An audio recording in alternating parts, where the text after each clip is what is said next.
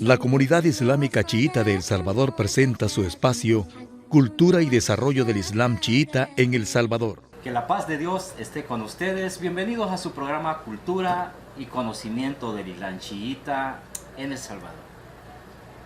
Agradecer infinitamente la sintonía a este programa que viernes a viernes llega hasta sus hogares, a sus dispositivos móviles, donde se quiera que se encuentren, tanto sea en El Salvador como fuera de nuestro amado país. Infinitas gracias a la aceptación de los videos que hemos estado subiendo, a los comentarios que nos han dejado, muchísimas gracias. Nos sirven para seguir fortaleciendo y mejorando el producto que les estamos haciendo llegar a ustedes día con día. Volvemos prácticamente a la dinámica de los hermanos que están siempre en sintonía de estos programas, que nos dejan sus preguntas tanto en la fanpage de manera escrita o algo otros que nos hacen llegar al WhatsApp, nos hacen llegar sus audios realizando una pregunta en específico.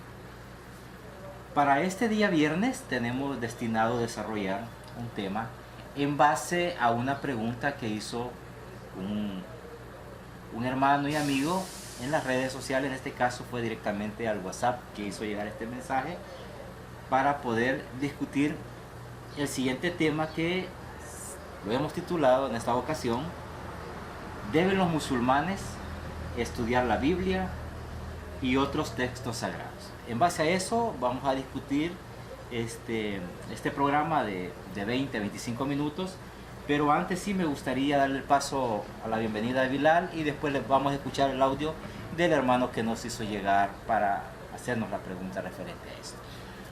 Un saludo muy especial para todos los amigos que nos acompañan viernes a viernes en este programa Cultura y Conocimiento del Islam Chiita en El Salvador.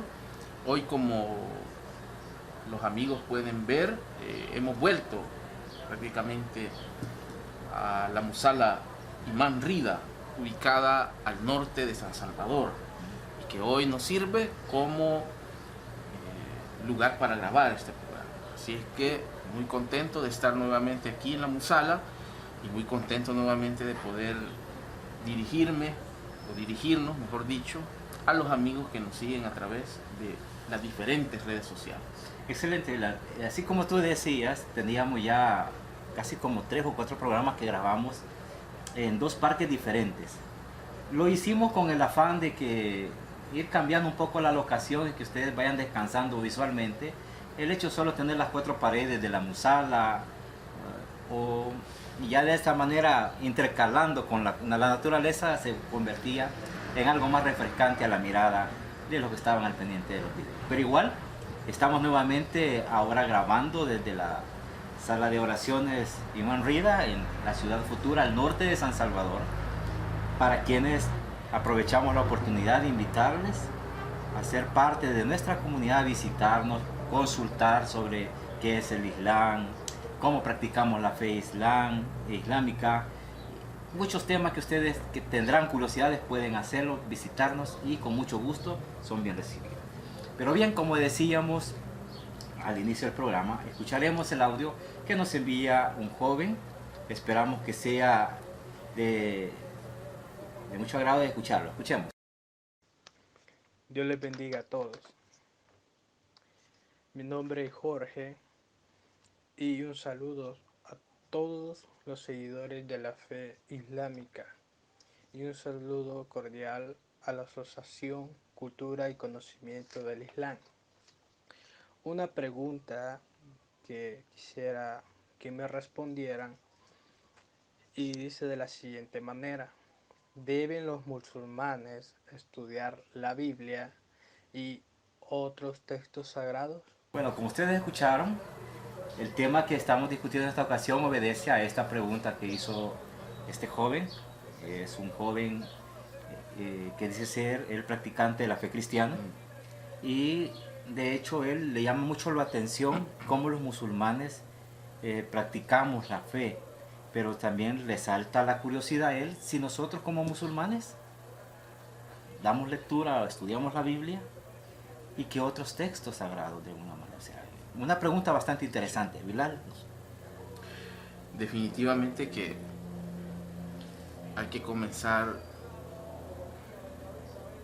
estableciendo que la búsqueda del conocimiento siempre ha sido uno de los mandatos fundamentales para todo musulmán. En el Corán, por ejemplo, hay varias aleyas o versículos que nos invitan precisamente a buscar el conocimiento y a reflexionar sobre diferentes temas. De hecho, hay una ley coránica que está redactada en forma de pregunta que dice: ¿acaso son iguales los que saben a los que no saben? Y de ese tenor hay muchas otras aleyas que también son una invitación permanente hacia la búsqueda del conocimiento. En los hadices también encontramos muchas palabras del profeta, de los imames y de los compañeros del profeta, invitando a todo musulmán, hombre y mujer, niño y adulto, a buscar el conocimiento prácticamente desde el día que se nace hasta el día que se muere. De hecho, hay un hadiz muy bonito que dice que hay que buscar el conocimiento desde la cuna hasta la tumba. Otros dichos del profeta que hablan de que si es necesario ir hasta China para obtener el conocimiento, hay que hacer ese viaje, independientemente de la distancia geográfica. Entonces, la llamada y la invitación para la búsqueda del conocimiento pues es una obligación para todo musulmán. Si nos basamos en eso, Gafar, creo yo que la pregunta del amigo Jorge se responde sola. La Biblia, como otros textos sagrados de otras grandes tradiciones religiosas que existen alrededor del mundo, definitivamente que debería de ser una motivación para todo musulmán el conocerlas. No hablamos aquí a lo mejor de convertirnos en expertos en cada uno de los textos sagrados que hay, porque esa es una tarea casi imposible y es una tarea que tiene ya, digamos, en cada una de las religiones tiene sus expertos. Pero sí considero yo que tenemos la obligación, los musulmanes, de conocer básicamente aquella literatura sagrada de otras religiones, especialmente de las religiones con las que a uno le toca convivir, porque bueno, el musulmán tiene que estar bien informado.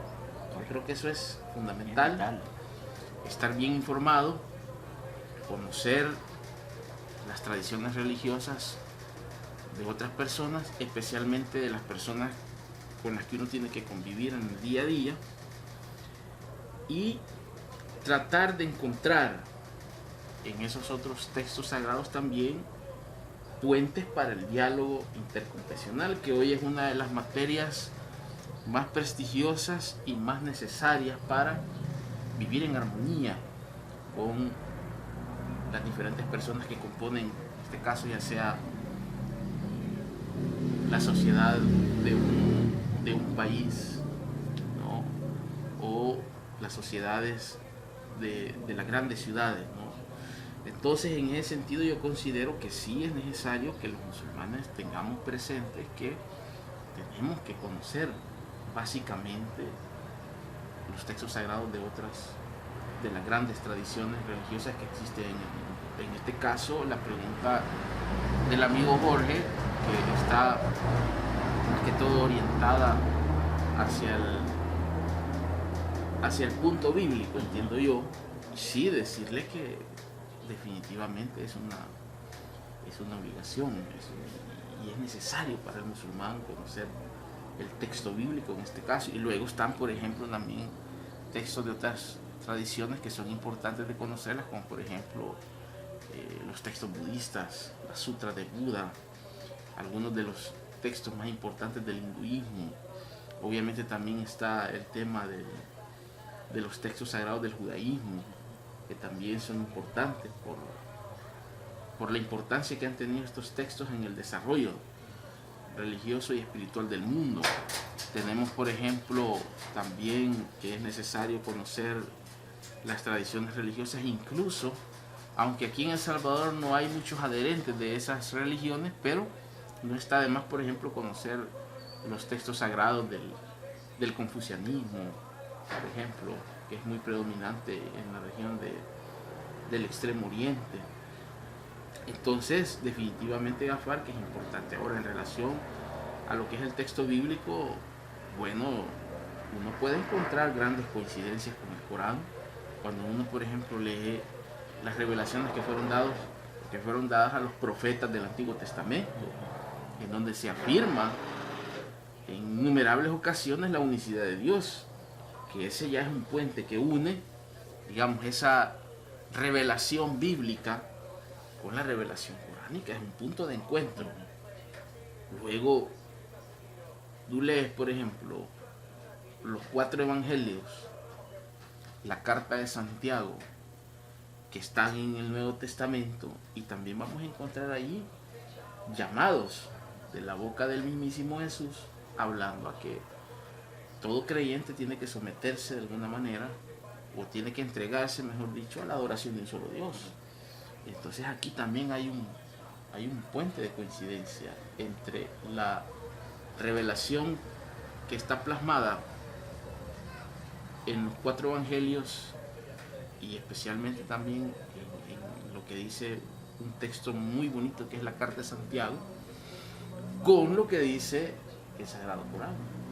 Además de que hay figuras que son comunes a ambas religiones, ¿no? Por ejemplo, las predicaciones de Juan el Bautista, en el Corán se le denomina el profeta Yahya, también son puntos de encuentro. Algunas de las palabras y sermones de Jesús que también fueron revelados en su tiempo, y que en el Corán también se menciona varias veces el nombre de Jesús, y uno encuentra en esos personajes y en esas palabras puentes de unión entre las diferentes confesiones. Lo mismo ocurre, por ejemplo, cuando tú estudias y profundizas un poco en la cuestión de los textos budistas, por ejemplo, que aquí también son prácticamente desconocidos. Algunas sutras de Buda que, por ejemplo, hablan del amor al prójimo, y hablan también que el mantenimiento de la ética, la moral, ¿no?, dentro de una sociedad, no esclavizarse, por ejemplo, a las modas, etcétera, que son mensajes que también contiene de alguna manera el Sagrado Corán. Y es impresionante cómo en una tradición que uno pudiera considerar tan alejada como la tradición budista o la tradición de Confucio, se encuentran allí cosas muy similares a las que plantea el Sagrado Corán. Bilal, dentro de esto que tú has estado comentando, es bien interesante el hecho que para mucha gente, mucho practicante, máximo en el país, que es en su mayoría cristiano católico, cristiano evangélicos, algunos de sus practicantes desconocen muchas veces la práctica interna que tenemos como musulmanes de cara a otros libros sagrados que están en existencia. Bueno, de hecho, hay muchos cristianos que les extraña decir cuando uno les comenta que existen, al menos dentro de la práctica más cercana nuestra, que hay 2 libros más. Aparte de la Biblia está la Torá de los hermanos judíos y el Corán, que es el nuestro. Entonces, para la gente son cosas como algo nuevas, y para ellos, para muchos no representa un mensaje proveniente del Creador. Ahora, dentro de este punto de vista vamos a encontrar, Bilal, ya que el hermano pregunta directamente por lo de la Biblia, ¿qué sucede cuando nos encontramos con las versiones de la Biblia? ¿Qué sucede en este sentido? ¿El mensaje continúa siendo siempre el mismo? ¿O se presta a tenerle que dar una interpretación mayor uno para entender el hecho de que de una Biblia a otra las frases van van cambiando? Tendrán tal vez el mismo significado, pero acordémonos que nuestra común ciudadano, algunos nos adolecen veces de conocer de algunas raíces adicionales a la misma palabra, que es un gran abanico de significados que tiene la misma palabra, no sé. Yo digo que dentro de la actitud que debe tener el musulmán hacia un texto como el bíblico, hay que acordarse que hoy en día, cuando hablamos de Biblia, entendemos que comprende el Antiguo Testamento y el Nuevo Testamento, es decir, dos partes. Obviamente que el Antiguo Testamento para muchos cristianos sigue siendo un gran desconocido, porque por lo general el texto que más se enseña en las iglesias, en los centros de estudios bíblicos, etcétera, en los colegios, en las escuelas, suele ser por lo general el Nuevo Testamento, y especialmente las cartas del apóstol Pablo. Eso hace que mucha gente, incluidos muchos cristianos, desconozcan que la Biblia se compone de otra parte importante, que es el Antiguo Testamento, que en una tradición tan antigua como lo es el judaísmo se le conoce como el Tanaj, donde está la Torá, está el Nabín y el Ketubín, que son como las otras dos partes que componen toda la Tanaj, es decir, los escritos de los profetas y luego los otros escritos de sabiduría que existen en este libro, en estos textos sagrados. Obviamente que en lo que se refiere al tema de las traducciones, que ya lo has planteado, yo creo que, bueno, hoy en día hay una cantidad bastante amplia de diferentes traducciones bíblicas que difieren unas con otras. Pero ese mismo problema lo tenemos a veces con el Corán también, las traducciones coránicas. Y de hecho hace algunos días estuvimos comparando, sí, es cierto, cómo de una traducción a la otra la palabra traducida ya tenía un cambio que causaba en las personas que lo leen un cambio significativo en la interpretación de esa ley o de ese versículo coránico. Pues lo mismo ha sucedido también en el caso del texto bíblico, ¿no? Hoy nos encontramos con diferentes versiones, por ejemplo católicas, traducciones de los Testigos de Jehová, traducciones de las diferentes iglesias evangélicas, etcétera, etcétera, que a veces nos plantean diferentes traducciones que a la larga hacen que muchas de las personas que leen el texto bíblico lleguen a diferentes conclusiones sobre lo que están leyendo en ese momento. Pero, ¿cuál es la actitud del musulmán ante eso? Porque eso creo yo que es lo importante. El musulmán tiene que tener y tiene que leer la mayoría de las traducciones que tenga disponibles. Desde las traducciones hechas por la Iglesia Católica, la Biblia de Jerusalén, la Carcolunga, etcétera, pasando por, obviamente, las traducciones que han sido hechas por las iglesias protestantes, las iglesias evangélicas, que han traducido también la Biblia a nuestro idioma. Ahí está la famosa Biblia de Casidoro de la Reina y Cipriano Valera, que algunos conocen popularmente como la traducción Reina Valera. Que incluso hay gente que está tan confundida, incluso hay gente en el mundo cristiano que piensa que esa Biblia fue patrocinada por una reina que se llamaba Valera. Entonces, cosas por el estilo, ¿no? Bueno, pero lo importante es que el musulmán tiene que conocer todas esas traducciones. Bueno, está también las traducciones que hacen los Testigos de Jehová, que también hay que conocerlas, ¿no? Entonces, la obligación para todo musulmán, especialmente, Gafar, para los musulmanes comprometidos con la divulgación. No es posible y no permito que, por ejemplo, alguien que está involucrado o se autodenomina alguien involucrado con la divulgación, yo no acepto que desconozca los textos bíblicos. Y ahí he visto yo, y esto con todo el respeto del mundo, a veces misioneros, ¿no?, musulmanes de ambas escuelas, sunitas y chiitas, que vienen a Latinoamérica con un desconocimiento enciclopédico de otras tradiciones religiosas importantes que hay en el mundo. De hecho, hay misioneros que jamás han leído la Biblia. Otros que por querer de alguna manera lucirse, podríamos llamarle lucirse o no quedar como ignorantes, hablan cosas de las que no saben, hablan sin fundamento. Esto es una lástima porque dejan de una forma mal parado el nombre del Islam.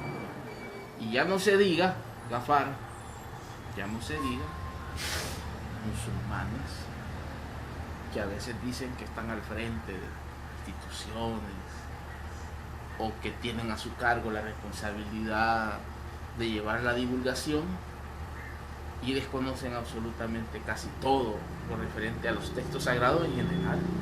Eso no puede ser. Fíjate que tenemos que conocer. Esto que tú estás diciendo trae mucho a cuenta a veces el desconocimiento que hay hasta aún dentro de las comunidades, y que con el ánimo a veces de lucirse o de hacer creer a los demás hermanos que conocen de porciones bíblicas, se ponen a hacer aseveraciones que no tienen un fundamento apegado a algo en concreto. Por ejemplo, porque tú cuando das cierta respuesta o cierta aseveración de un tema en específico, te trasladaste a un texto en especial donde aparece y donde pueden corroborarse esos datos. Yo siento que es un tanto irresponsable a veces cargar con información y, como tú dices, ignorando datos enciclopédicos, cuando hay una realidad que en estas latitudes mucha gente las conoce partiendo de la lectura bíblica. Contrario cuando la gente viene de fuera que no conoce de ese mundo. Esa es una de las grandes ventajas que tenemos los musulmanes latinoamericanos, que tenemos la oportunidad de compartir con hermanos de otras denominaciones religiosas y tener al acceso y a la mano el libro que ellos leen de manera cotidiana. Pero es triste encontrar gente haciendo unas aseveraciones que lo que hace, lejos de favorecer a la divulgación del Islam, venden una imagen errónea del Islam. Entonces, desde ese mismo ángulo, Vilar, recomendaciones que tú podrías dar a los hermanos musulmanes para la lectura de la Biblia y para poder también conversar con nuestros hermanos cristianos, porque no son nuestros enemigos. Lastimosamente muchos creen o hacen ver que la gente de las otras denominaciones religiosas son contrarias y por las cuales no debemos ni siquiera relacionarnos con ellos. ¿Qué podrías tú decir para eso? Bueno, para comenzar, que las personas que piensan de esa manera tienen digamos, ese planteamiento es ridículo, de decir de que porque somos musulmanes no tenemos que relacionarnos con personas de otras denominaciones religiosas, especialmente cuando uno vive en una sociedad en donde la gran mayoría de personas pertenecen a una tradición diferente a la islámica. Dos, como dijimos anteriormente, todo musulmán tiene el deber de estar bien informado, claro, pero especialmente aquel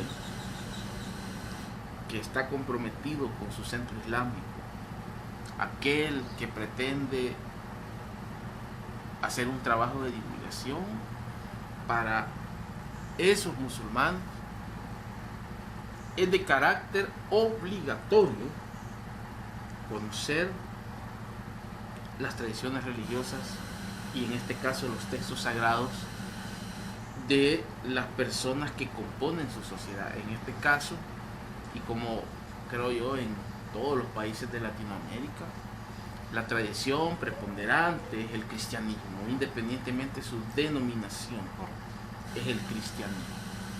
Entonces todo musulmán tiene que conocer por lo menos básicamente cuál es el texto sagrado del mundo cristiano, para poder establecer esos puentes de entendimiento con las personas que profesan el cristianismo. Entonces uno de los consejos que yo podría dar es que todos los musulmanes tienen que ir como construyendo una biblioteca cual puedan ellos tener todas estas versiones bíblicas, estudiarlas, leerlas, si es posible hacer comparaciones con el Sagrado Corán para encontrar precisamente aquellas doctrinas y aquellos mandamientos en los que coinciden. No hay que olvidarnos que el judaísmo, el cristianismo y el islam son religiones abrahámicas, un tronco común. Por lo tanto, las coincidencias que uno encuentra entre los tres textos sagrados son más que las diferencias. Pero, obviamente, para poder encontrarlas, hay que estudiarlas. Exactamente. Bueno, mira, ya el tiempo, como siempre, es corto el que manejamos, pero no quiero que nos vayamos sin antes tú le envíes un saludo a nuestros hermanos cristianos. Claro, entre nosotros también tenemos familias que son practicantes de la fe cristiana y estamos a las puertas de la celebración del nacimiento de Jesús. Que la paz y la bendición de Dios sean con él. Enviarles un saludo a los hermanos que van a estar pronto a estar celebrando el nacimiento de Jesús, hijo de María.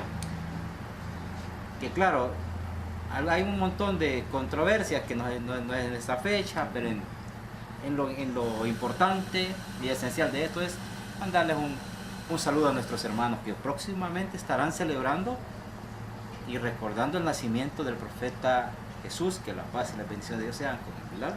Especialmente para la Iglesia Católica, que obviamente estas fechas son importantes para ellos porque de acuerdo a la interpretación, ¿no?, de la Iglesia Católica en este caso, no sé si existirán otras iglesias, ¿no?, a lo mejor en Oriente, en otras partes del mundo que coinciden con la Iglesia Católica en celebrar en estas fechas el nacimiento del profeta Jesús. Pero igual, un saludo, ¿verdad?, para todos los cristianos que en estas fechas consideran que el profeta Jesús nació. Así que un saludo para todos ellos y que tengan una feliz fiesta, ¿no?, o mejor dicho, felices conmemoraciones de un acontecimiento que de acuerdo a su interpretación es tan importante. Así es que felicidades para ellos y que puedan estar junto a sus familiares. Bueno, como dice Bilal, felicitaciones a los hermanos cristianos, en este caso en especial son los hermanos católicos, que son los que en definitiva estarán conmemorando el nacimiento del profeta Jesús. Otros cristianos protestantes también lo hacen, comparten. Pero lo importante de esto es recordar que el profeta Jesús nos mandó siempre a ser obedientes y respetuosos de todo. Pedirles a todos las personas que van a celebrar, creyentes o no creyentes, la mesura en cuanto al consumo de ciertas bebidas que terminan saliéndose del control de ellos. Y esto termina convirtiéndose en dejó de ser una fiesta de alegría, se convierte en un dolor para la familia. Principalmente para los padres de familia que les gusta la ingesta de licor y que tienen niños pequeños, salvaguardarlos, estar pendiente de ellos, evitar que se dé una quemadura que podamos lamentarla posteriormente. Siempre vigilantes de los movimientos de nuestros niños, no los perdamos de vista.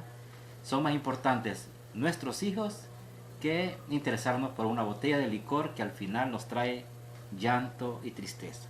Las últimas palabras para despedirnos, Pilar. Un saludo muy especial para todos los amigos que nos acompañan viernes a viernes, que están pendientes de las transmisiones, especialmente a los que nos mandan sus preguntas, a los que comentan también, nos dejan ahí sus sugerencias a través de las diferentes redes sociales. Decirles que, bueno, prácticamente este programa lo pueden ver no solamente en su transmisión directa por Facebook, sino que también el programa queda en YouTube, queda también en Vimeo y queda también en Dailymotion. Y hay canal también. Decíamos que son 3 canales adicionales donde ustedes pueden ver este video tanto YouTube, Vimeo y el otro Dailymotion. Ahí todavía me cuesta pronunciar. Pueden incluso para los teléfonos celulares, cada uno tiene su aplicación, Sí, tiene se su puede aplicación, descargar. puede descargarse, de hecho, y fácilmente pueden tener al acceso este video, suscribirse al canal, darle like, le agradeceríamos mucho porque eso nos facilita también darle más movimiento y que podamos ir creciendo en producir contenido de mucho valor para ustedes.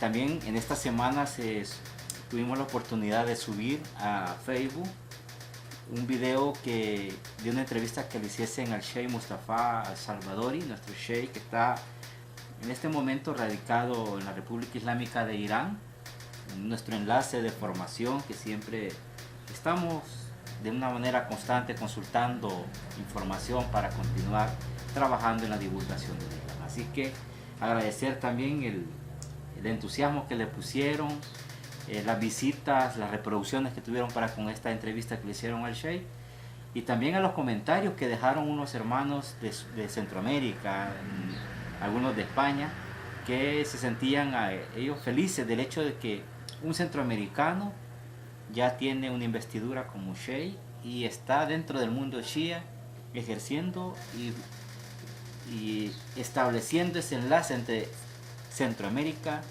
y Medio Oriente prácticamente y el continente asiático. No me resta más que agradecerle a esa sintonía que ustedes nos tienen, invitarlos siempre a dejar los comentarios, los necesitamos para seguir haciendo estos programas, recomendaciones que nos dejan de algún tema que ustedes dicen, mire, ustedes tienen una deficiencia en esto, mejórenla por este lado, será bien tomada. Que la paz y la bendición de Dios sea con ustedes. Nos vemos y escuchamos el próximo viernes. Primeramente Dios, así sea. Que disfruten las fiestas con mucho cuidado.